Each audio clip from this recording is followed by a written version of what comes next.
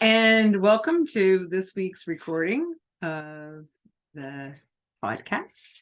So happy to have you here. Just wanted to talk today about a topic that kind of is near and dear to my heart as well, is customer service and customer service training. And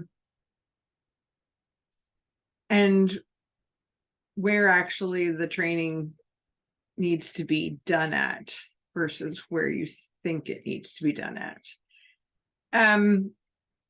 We've probably been hearing a lot about that in the last couple of years. In some cases that, some folks may be lacking in some customer service.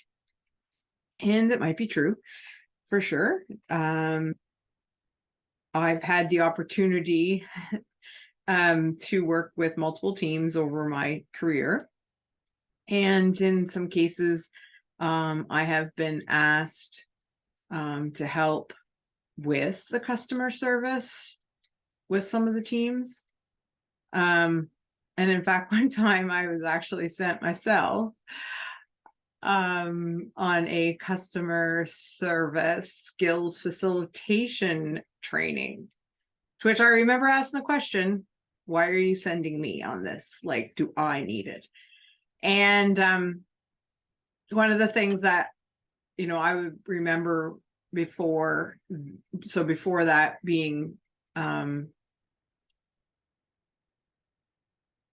was pretty sure that the right answer was not necessarily telling someone that they needed to have or go on some type of training.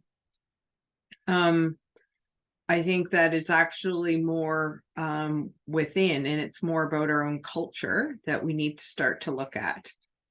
And so it was something that I was not going to do. I was not going to suggest to anyone that they needed to go on a customer service training. Lots of times it's, depending on what's going on, it's actually perhaps not necessarily knowing how to use all the tools that they have at their disposal. Maybe it's the fact that there's volume and they can't possibly handle it all. So it's not whether or not they can give it, it's just that that's what they're dealing with and that's how they're coping. And when I think about some of my own journey, with the horses, because a lot of times my stories that I have that I work with folks is kind of paralleling it to the work that I've done with my horses and continue to do with my horses. And as a result, it's continuing to do with me. And so I've raised a couple of colts in my lifetime. And so by no means am I a colt trainer or a colt starter, because I've started two. So I'm not proposing that. And I have worked with a couple of other horses that I've purchased along the way and stuff. But my experience there is, I'm not going to tout myself as that. However, the main project of mine, which was Aussie, a few years ago when I was dealing with so many problems and, with what we were going through. And, yes, I've sent him before that. And I've sent my other horse in her career, I've sent her off to training. That's what you do. And I'm not suggesting that you wouldn't send a horse off for training. I'm not suggesting that you wouldn't send staff off for training, because I think there's definitely skills training that they may need. Right. So they're, in my case, I sent both of them off to some training and specifically, with some barrel racing work. And so, those were specialized kind of training pieces. But the actual barn mannerisms and the rideability piece, that was really for me to deal with, in the sense of getting along and figuring out and listening to him and realizing the things that he was really trying to tell me.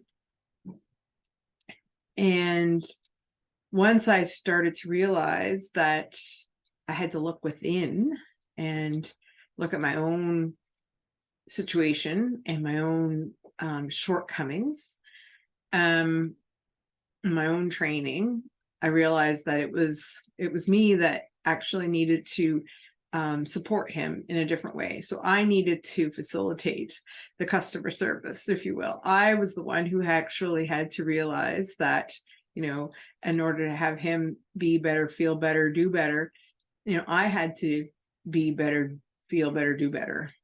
And so, I believe in that as well when we think about our place of employments.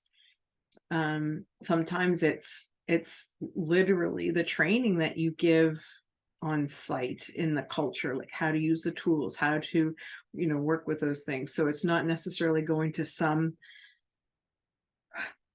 special course on it, because I'll guarantee you almost everybody believes they are doing and giving customer service. They believe it. They think that they are, and they're just coping and trying to do what they have, and they're giving what they've got with what they know.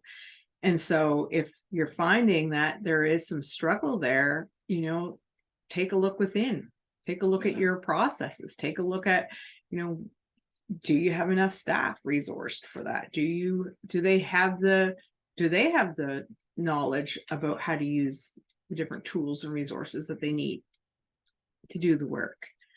So I just leave that with you for you to think about the next time that you think that you should just send them on some type of customer service training.